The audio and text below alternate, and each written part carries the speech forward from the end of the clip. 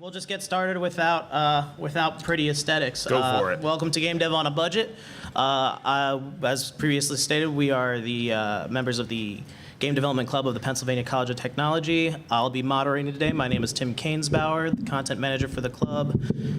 And to the left of me. Yeah, like I said, I'm Matt from the same place. I'm in my third year at the college, and I'm the vice president of the club on campus. I'm James. I'm the president of the club. I make games, so apparently I'm a good fit for it.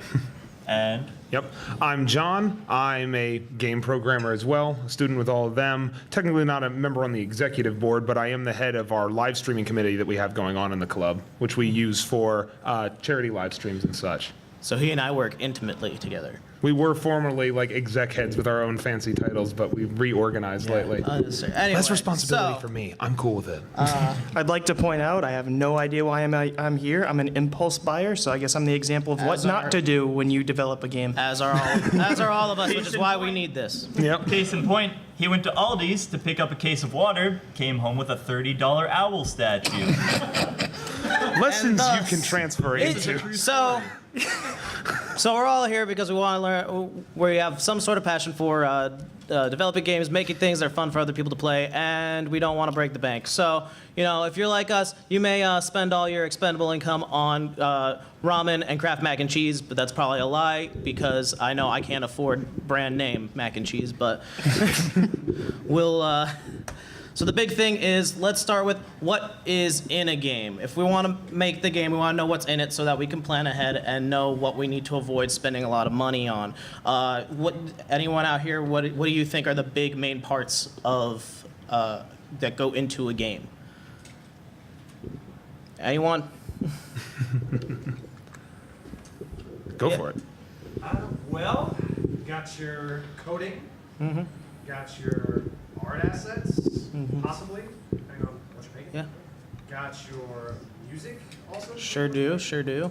Got your, those are the big ones. Also any licenses you might need to distribute any software you're using or utilizing. Good one.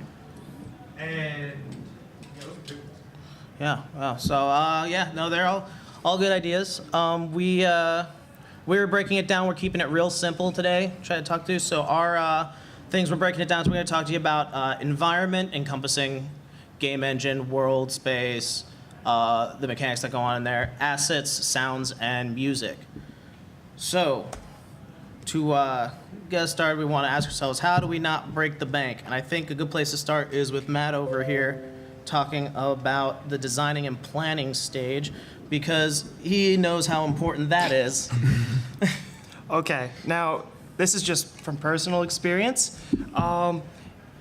When you have an idea for a game, right, you want to figure out what you want to do and all that.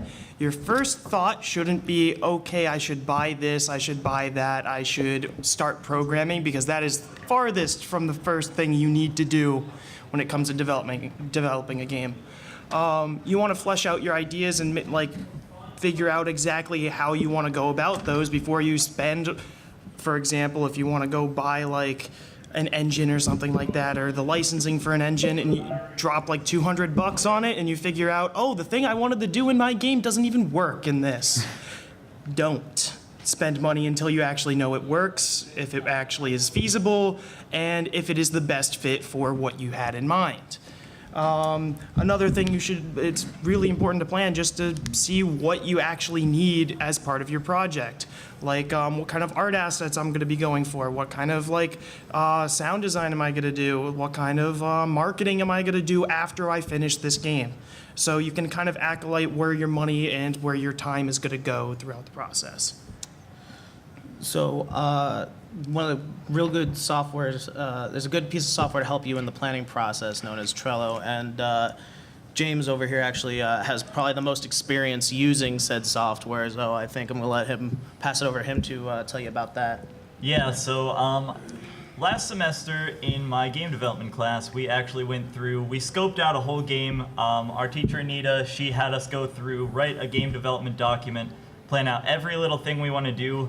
That document was great and all, but for the most part, it was just so that we could, get the grade, move by, meet all the requirements, all of that. And in the end, have this nice documentation, which did work as a great reference.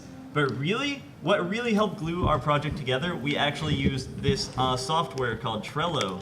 So if you've never heard of Trello, it looks a little like this. I wish we could put it up on the projector. That was the original plan. Working on it, we're working on it. Until then, you're just gonna have to look up here. It's a lot like a sticky note based. Or you can just system. come up after Yeah, we the can presentation. Yeah, we can show you guys about it. I guess after. we could do that. The basis of it is there are all these different boards sorted into different cards. Underneath each card, you can put different items. So like this was our one for different enemies and all the art assets we need for that. So you can see like, well, you can barely see them. We can talk. We can show people afterwards. Yeah. Okay. You're, talk it through. You're basically talking at a wall if they can't see it. It's fine. Improvise. Love you. Still working on it. Anyway, so yeah, once you get done with your planning, you probably want to move into choosing your engine.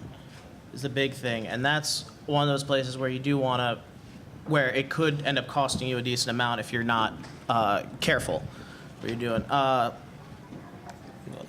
Yeah. Why don't you tell us about your experience with Unity? Sure, why not? Unity 3D is like the most common engine that I've worked with quite a bit in a lot of the projects that I've developed in my time there, just through my game classes. I like it a lot because since it's one of the biggest, like easily available game engines along with Unreal, it means that there's like a lot of support driving behind them. So there's a lot of assets that are like, you can either get easy to obtain ones too, and it's also just easy to work with, which is why it was, well, why it's become so like widespread to begin with, I think. What was I gonna say with another thing about that? Its compatibility is like another big thing that I like about it, which makes it easier to develop like across platforms and stuff like that too. And the fact that the asset store is integrated can make it really easy, especially if you're like looking for just base level stuff to incorporate, and that can help keep you from needing to go out to an extreme amount of effort to have stuff to bring into your game. Even though its tool set can be like a little bit limited at times, I still find that it's full featured enough that you really can do a surprising amount with it. And it's looking at a lot of the, I don't want to call, they're just certainly not AAA titles, but they're still like very popular ones that have gained a lot of ground recently that were all built in it. Yeah. Unreal I haven't used as much, but I know that it has similar acclaim for similar reasons. It should be. Oh? Oh? Do we have developments? Does it live? Just keep going. All right, I guess you can, is that all you really have to say? Yeah, I mean, yeah, I haven't, like I said, I haven't used Unreal all that much, but I, yeah, really do like using Unity just because of its accessibility. Oh? I won't be able to. Hey, we did it! We put a PowerPoint on a projector. Good is job, done. everyone. I'm so proud. Yeah, That's why it's good to plan ahead. Yes, yes, you absolutely just got here Everything right went on wrong. time. Everything went Now what I wrong. need to do is actually see. No over one here. tell What's the him shortcut to go into view Windows presentation? P. Windows. Wait, into presentation. Oh, never mind. I thought you meant being able to see Yeah. it on your screen. No, I can't see my screen right now. Oh, 'cause it's thrown up there. I had to switch it to extend. Okay. I tried doing that and it wasn't working. F5? F5? No, hang on. Okay. Nope. I need y'all to be my eyes. Right. Can we set the badges up to move his cursor? I'll look at it backwards. No, because then we should not try the badges for that, because then we'd end up having like trolls that would throw him across the screen, just like when we tried Twitch Plays Pokemon in here at 2 in the morning. Yeah, that turned out pretty well. But we had to save the game. No. Please, no. Those Pokemon What we was really had to scary. do was talk to Mom. Uh-oh. Uh-oh. I unplugged it. Oh, okay. I got Oh, and then putting it in presentation mode like that, clever. Oh, yeah. Okay. Wait for it. Come on. That's a wallpaper. Yep. It is in fact a It's doing a wallpaper. second screen, but it's showing the first screen. It really does not want you guys to see this PowerPoint. Yeah. This is top secret. It's not stopping us.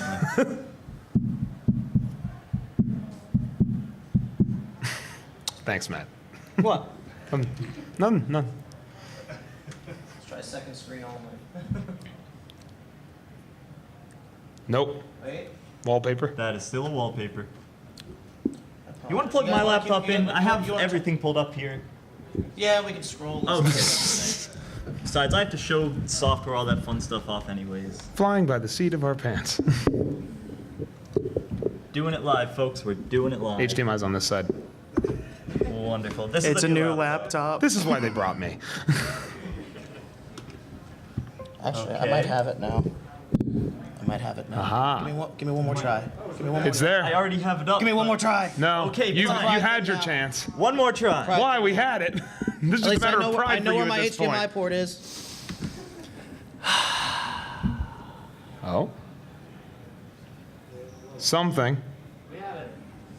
It's not in Take it. presentation mode. Good. Damn it.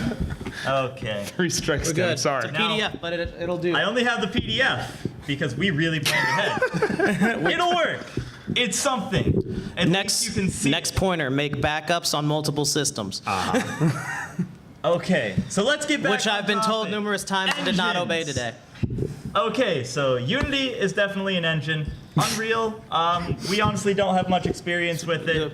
One other engine that's really good if you're just getting into a game and want to be really cheap. This is Game Tim's Maker. part, James. No, just let him go. All right. So Game Maker is a really good engine. I made my first few games in it. It's really good if you want to make anything 2D at all. So if I switch over here, pull these up. This is some art from a game that I made in Game Maker. Actually, I might actually have. No, I don't have it installed because this is a new laptop. Never mind. You're going off sequence. Yeah, I was just gonna pull that up to show off. You're going off sequence. Okay. It's Okay. planned. The point is, Game Maker is a really good engine if you're looking for something nice and cheap and need to get started. All right. What else do we have? Go ahead, Here, Tim. So Take over Unreal is the other 3D option to compare to Unity 3D.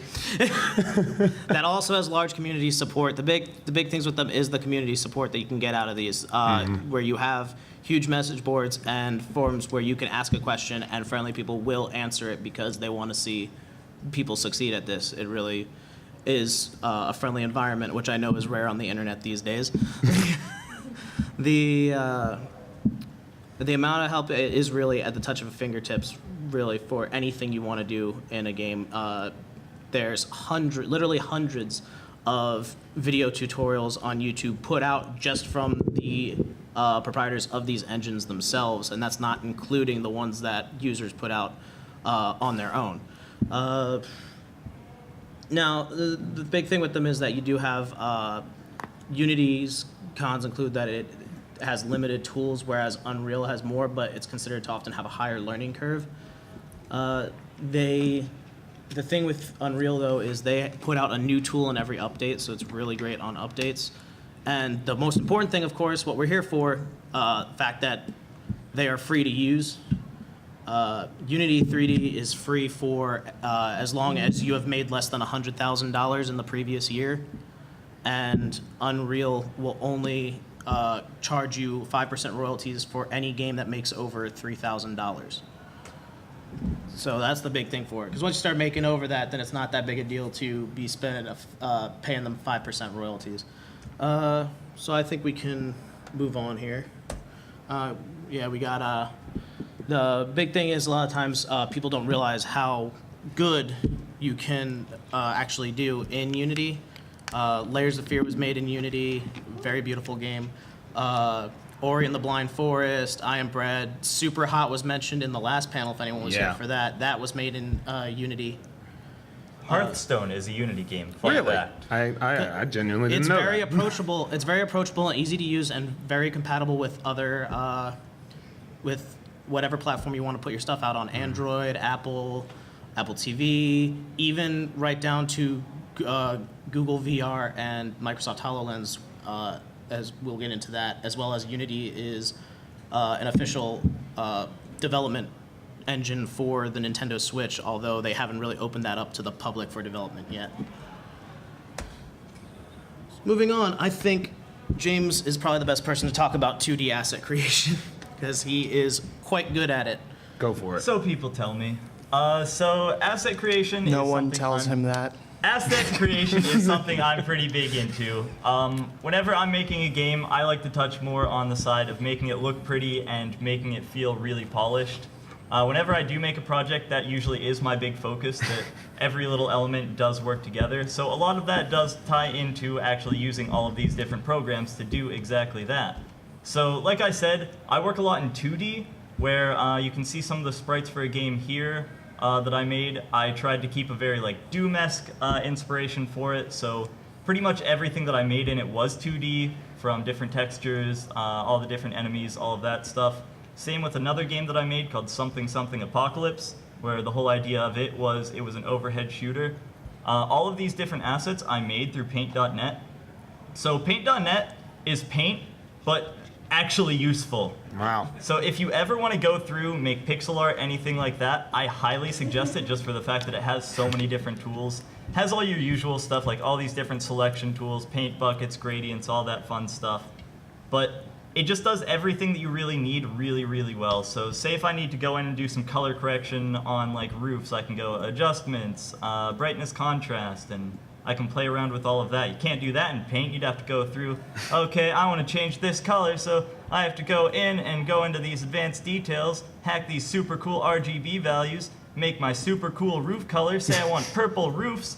There we go, bam, purple roofs. But oh no, Time for we're all of wrong. So we're going to change the flood mode because we want it to flood everywhere. We want to turn anti-aliasing off. Anything you really need to do, any kind of just pixel-based editing, I think this program is fantastic for. Now, if you're looking to look more onto the like logo type side of things, say you want to make some advertising assets, or you're working on a more, you're making a more traditional type game that would use something like, let's say Skullgirls, the art in that. It's very fine lines that they use in that. It's very detailed stuff. So a lot of that stuff is more vector-based, where the whole idea of vectors is, this picture you see here, this isn't actually something like you'd see here in Paint.net. Where Paint.net, I can only scroll in so far, and I can only work with these individual pixels, and I can drag them around. If I hop into Inkscape here, I can actually zoom in as far as I want into any one of these little details, any of these little spots on it I can zoom into. The whole idea of that is that it is vector-based, where I can just go in, I can grab a line, I can tweak it around, say I want to take this little object here. Oh yeah, I forgot, when I made this logo, my groupings were terrible. Learn how to group objects together, learn how to use layers, but Hey that's all James, completely irrelevant. what is a vector? A vector is basically taking math to make really cool art. So the whole idea of this is, it's essentially a graphing calculator on crack, where I can go in and say I needed to draw circles, I can have it draw individual circles, and I can set all these different values on it. So I can go in, I can move it around, say I need pie-shaped objects, or I want just part of a circle or whatever. I can do that. It all dynamically generates it using lines and math and graphics and all this cool stuff. So you're essentially just layering all these different objects on top of each other to make So really does that cool mean stuff. that the shape exists as its own entity rather than the pixels? Yeah, so Okay. the nice thing about it is, this object here, I made this forever ago. I can still go in and I can still edit it bit by bit if my groupings weren't terrible. So if I just did this and just ruined the whole thing by ungrouping it, you can see everything breaks.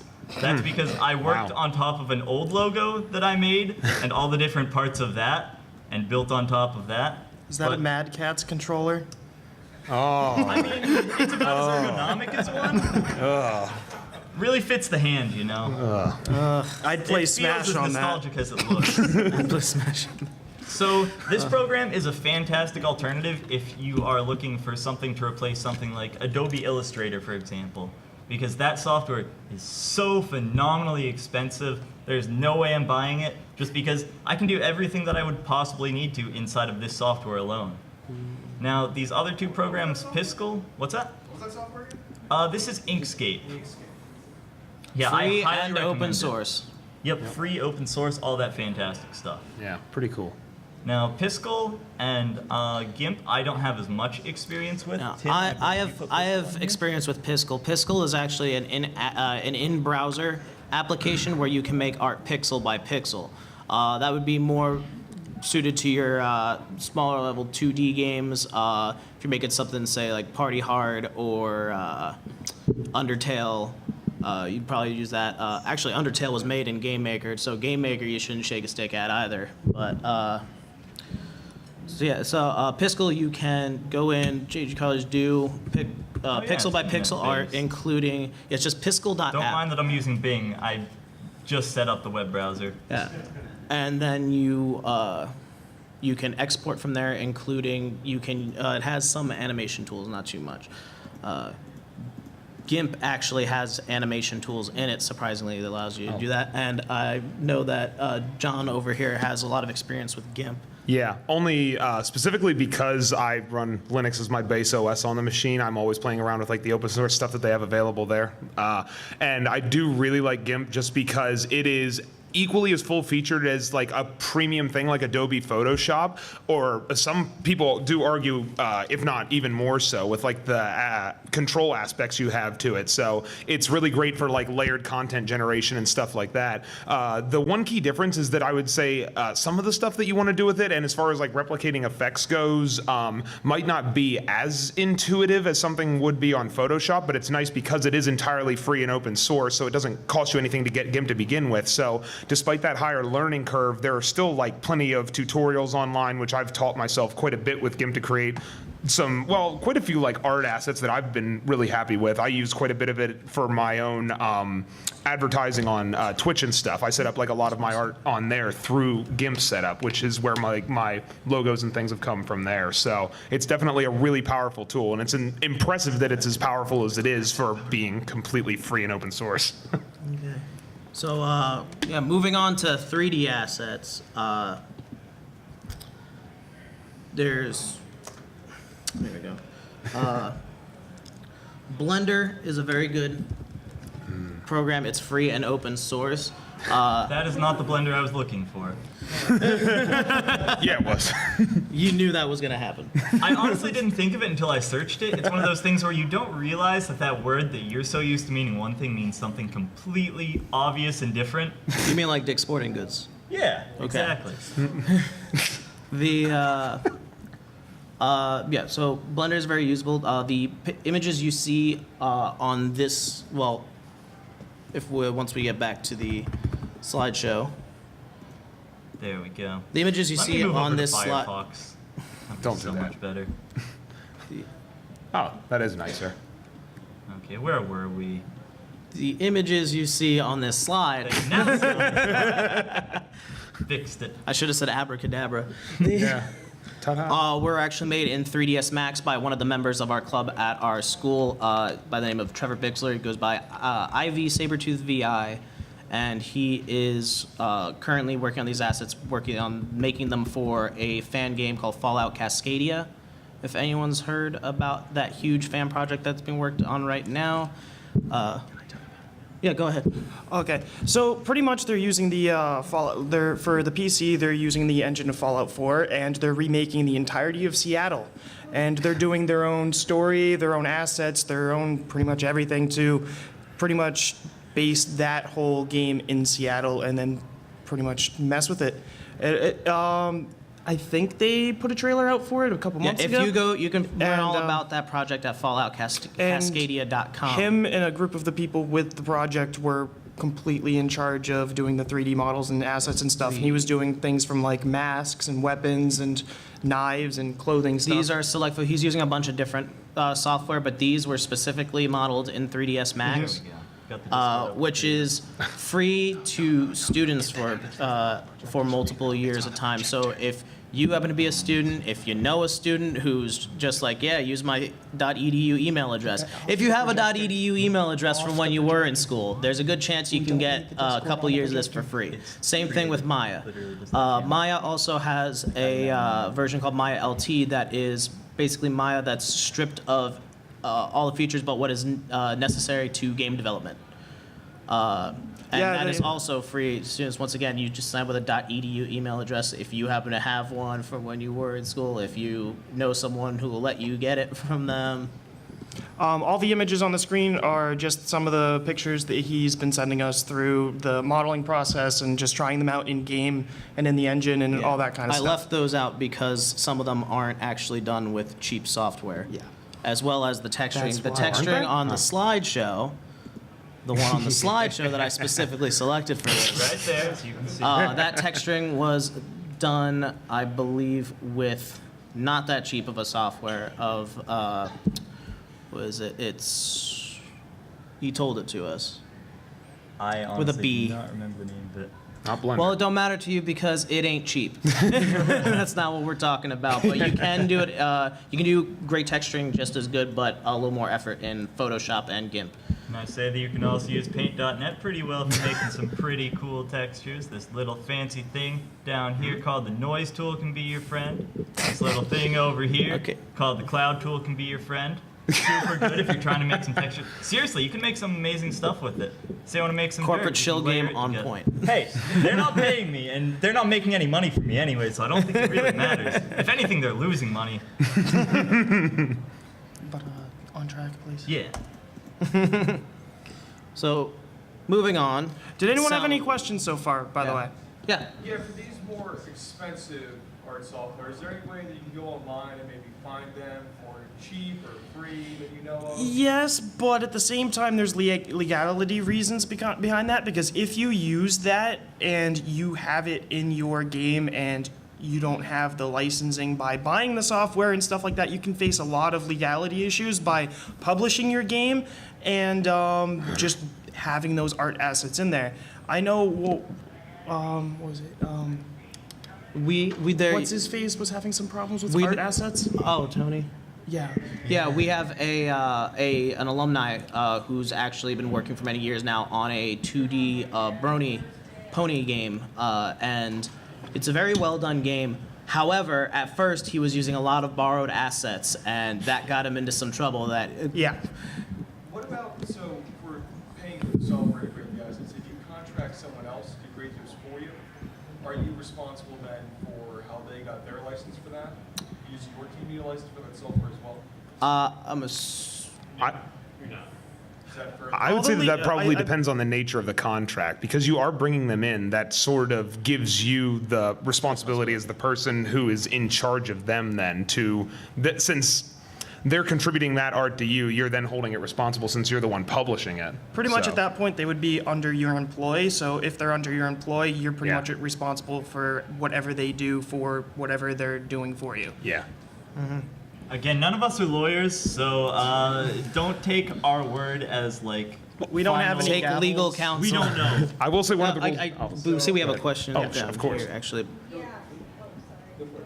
Okay. So on the art thing, do you recommend, since you're on a budget, do you just do all the art yourself, or do you like find somebody you know who does art and like try to convince them? You don't have to raise your hand. Yeah, just wait. Okay, look, I'm used to our meetings, okay? So, like, we do this pretty much every week, but It usually goes a lot more smoothly. The projector, That's for a the lie. most part, always Anyway, works. back Let him on answer the track. question. Back on track. Answer the question. for working in groups, it's just as good to keep track of what everyone's in charge of and what they're doing, because then you have that legality kind of thing too, because then you have to keep track of how they're doing their art, if they have the proper licensing with it, all that kind of stuff, you know what I mean? Because all of that just comes back to the pool of this is going into the final project, and then the final project is what's going to be judged if there are legality issues. Yeah. You know what I mean? Another big thing with that is if you are working with other people, you got to make sure you have some sort of legally binding agreement with that person, because you do not Yeah. know, say you have some sort of falling out or they just don't want to work with you anymore on it.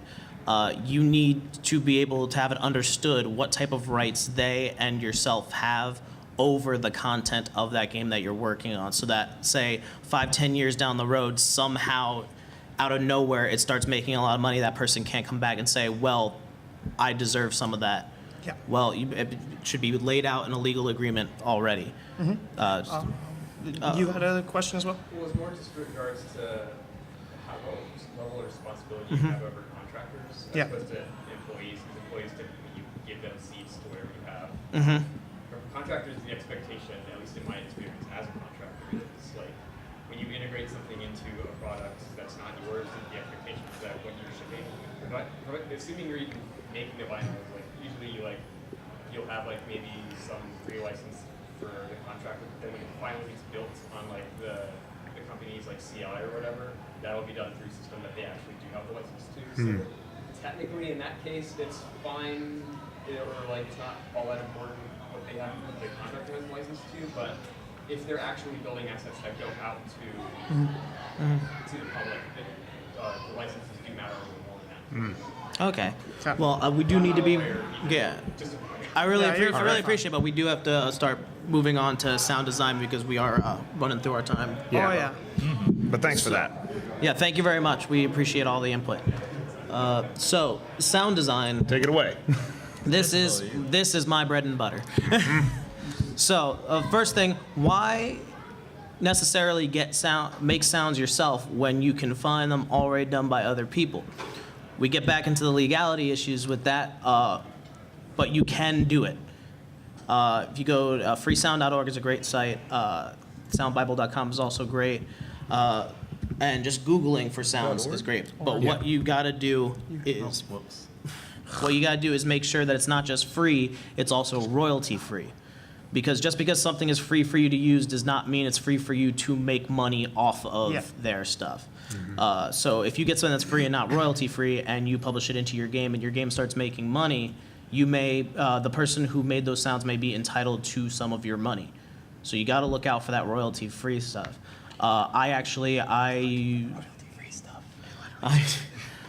If you go to soundbible.com, they have a royalty-free tab, actually. That's nice. Are you Oh, you sure? can. There is the option to record your own sounds. You can use Audacity as a great software for that. But what it really Yes. comes down to then is the quality of your microphone and your experience with the settings. You can get some surprisingly good sounds out of some surprising locations. I know. Was it Halo? I believe where they used smashing a cabbage with a bat for the melee sounds. That is true. That is I think you're right, yeah. I mean, And the roars from the remember watching a Lion video. King were just some dude with a You garbage go- can. We know people who do just knocks on the door by actually just knocking on a laptop with it closed, and the laptop microphone picks it up, sounding exactly like a doorknob.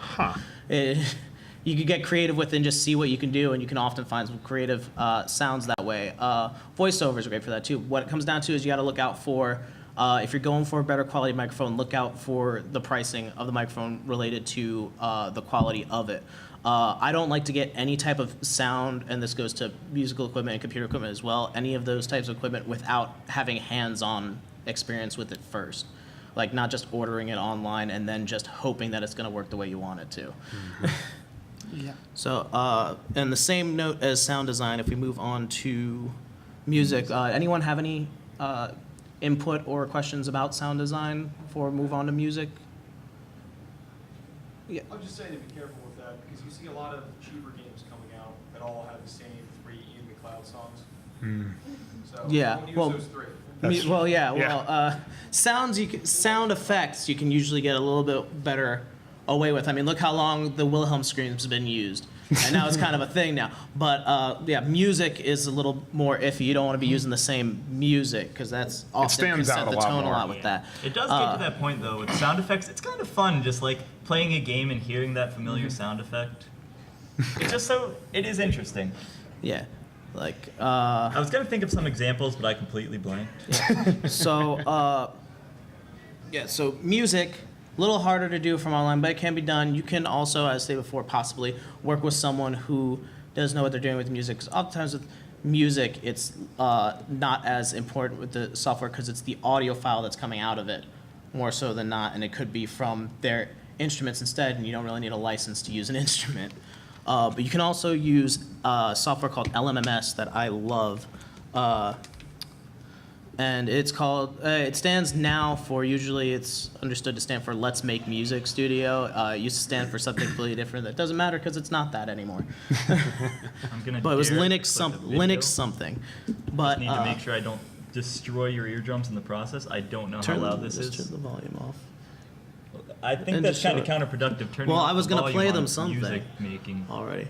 But because this is like, just, look, No, just, you made your own special just song for the turn- people. No, yeah, just. Okay, cool. The sound Anyway. isn't working anyways. Anyway, there you got get it. You can do piano roll for different tones, different music. You can do different, and this is something else that if you want to see it in use at the end, feel free to come up and we'll show you a bit about it. But it's great for making such sounds as.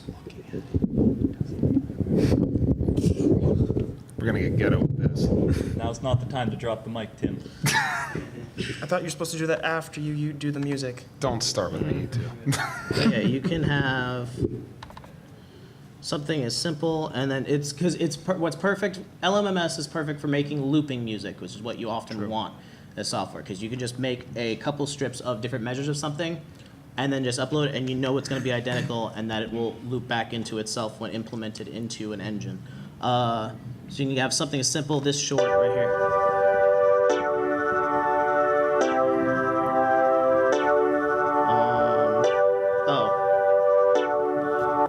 And you can have that short and loop it. You can then throw some drums into it real quick.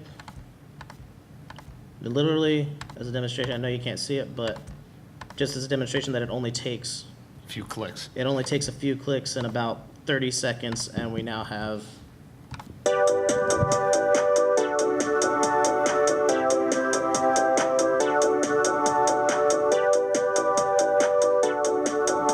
And that's just 3 chords. Yeah. Yeah. It's a completely open source software. Well, it's a free software. It's completely free to use. So it's Anything free to you make use, in yeah. it, as long as the actual like different elements of the song themselves, like you can't just go and rip out all these different. You can't just take the melody for Uptown Funk and then try to pass it off as your own. Yeah. But if being it made in the software, you have the rights to whatever you make in it. Then a lot of like exact like some sites do sell like, oh, here's this exact instrument packed and it makes these exact sounds. Like if you go and rip those, you could run into some problems. For anything you make, like I believe all of the stuff built into it, you're allowed to use completely. Again, it does tie into finding royalty-free sounds. It is true. Any of the sounds that are in it that come with it are the free to use stuff that is still anything you make with that. And that's when you come down, instead of licensing, you're into intellectual property. As long as it's your intellectual property, what you came up with from your head, you have the rights to that.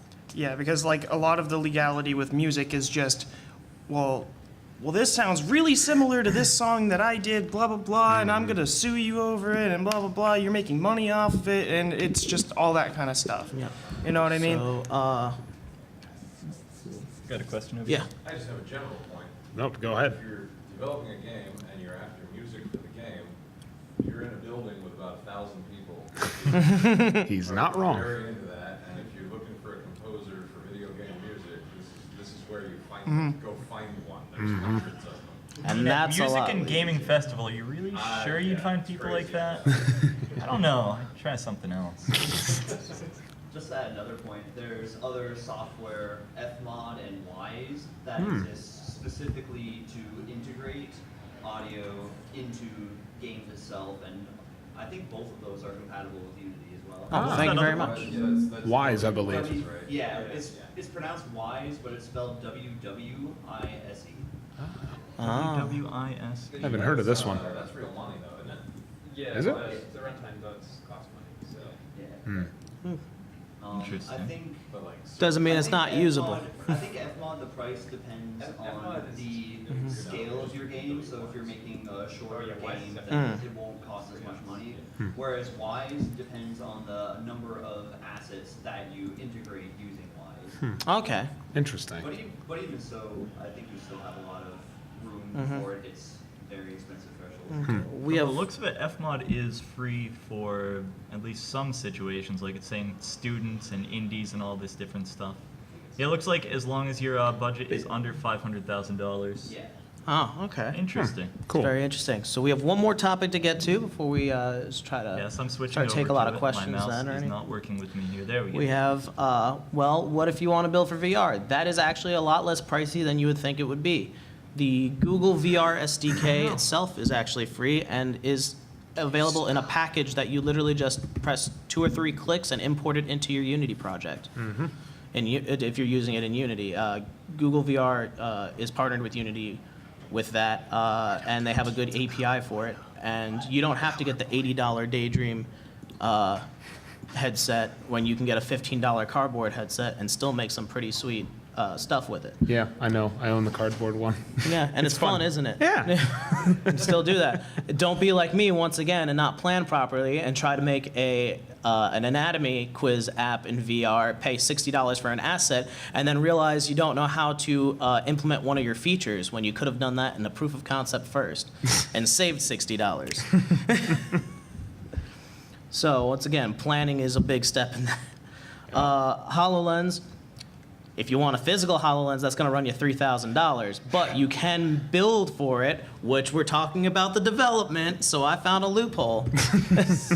They have a free emulator and is also good Unity integration for that, where and that will require Visual Studio as well, which is free. It's a great IDE to use. Visual Studio 2013 community is free and is a great way. I know I don't like the built-in IDE for Unity, but I set it to open in Visual Studio and it makes my life so much better.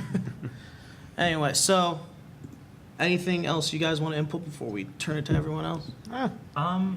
When it comes to, say you want to make a website for your game, one thing I would definitely recommend looking into is called Brackets, which this is just a super bare bones tool for making anything HTML. And again, I almost did that again, just looking up something completely irrelevant. Let me guess, But- shelving?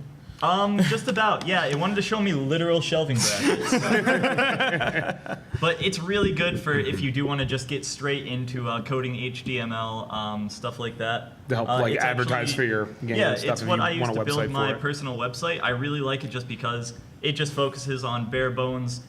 You can implement exactly what HTML5 and the likes do. I'm still super amateur when it comes to building my websites.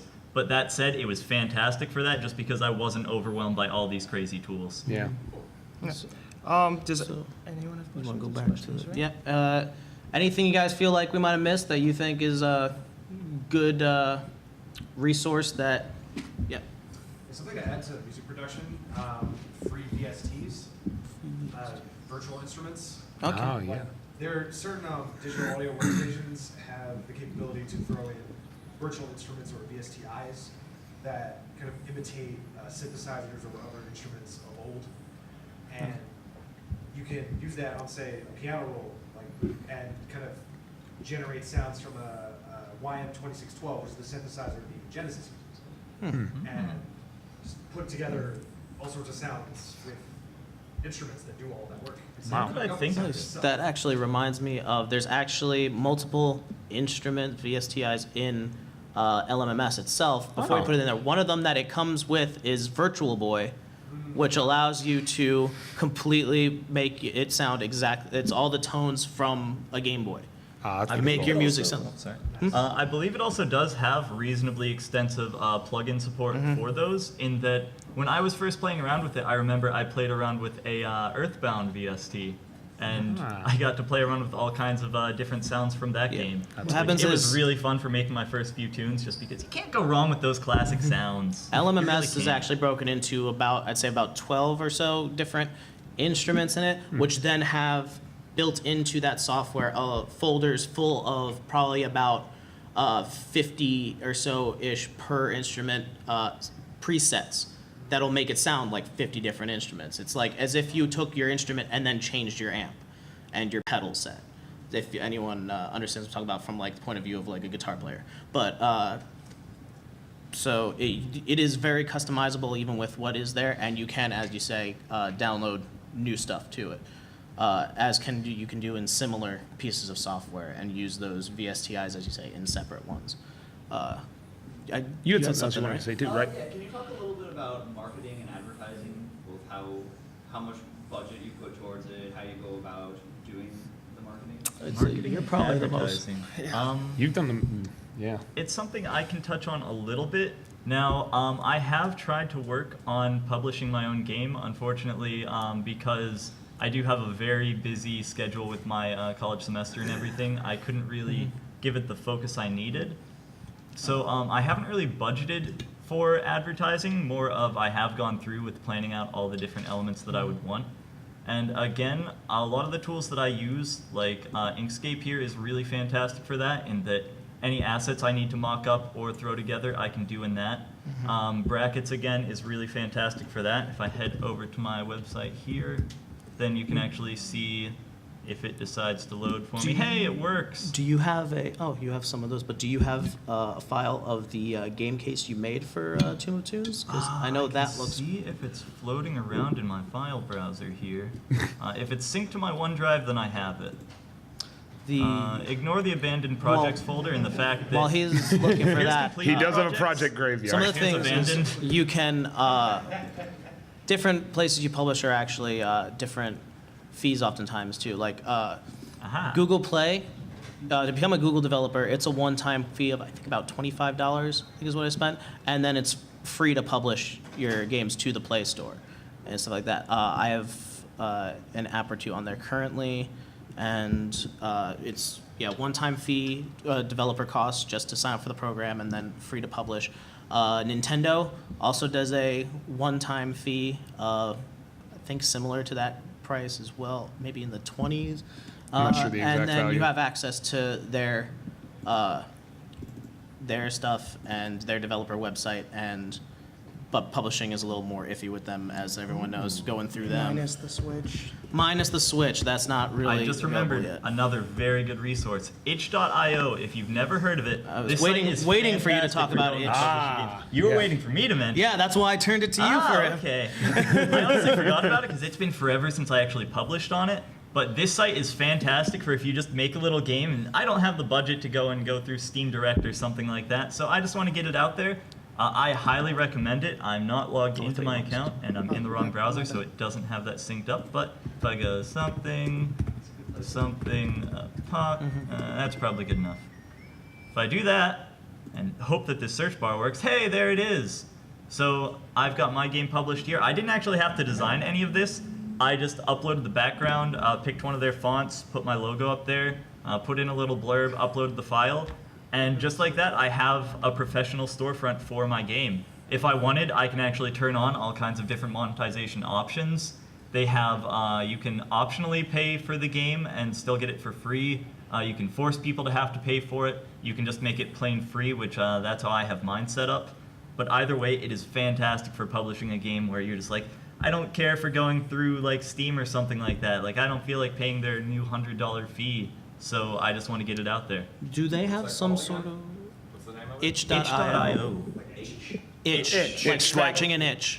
I would also like to point out, during the planning phases, you should also try and figure out where I want to have this game located when it's done. Do I want this on Steam? Do I want this is this gonna be something for the PS4? Is this gonna be for the So Switch? how are you going to reach Yeah. your target audience? Yes. Yeah. Like it comes down to planning at the beginning. Like where do I want this to end up once it's done? And that is a big thing to keep in your mind during the building phase and towards the beginning. So then you can figure out how much money am I looking at in that range? Like from licensing, because I know some consoles have you pay a flat rate just to get your game onto it, and then there's extra stuff.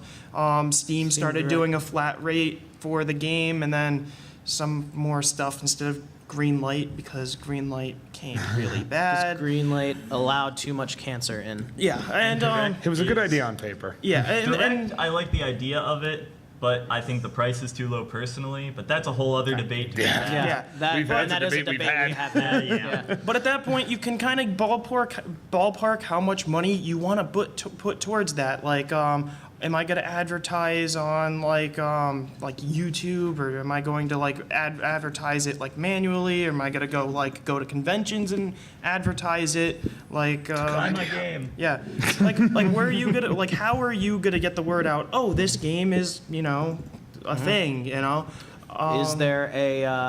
Is there a good location or con that actually focuses your thing? That guy that we mentioned earlier, who after he redid his assets for his pony game, recently held a panel for it at BronyCon.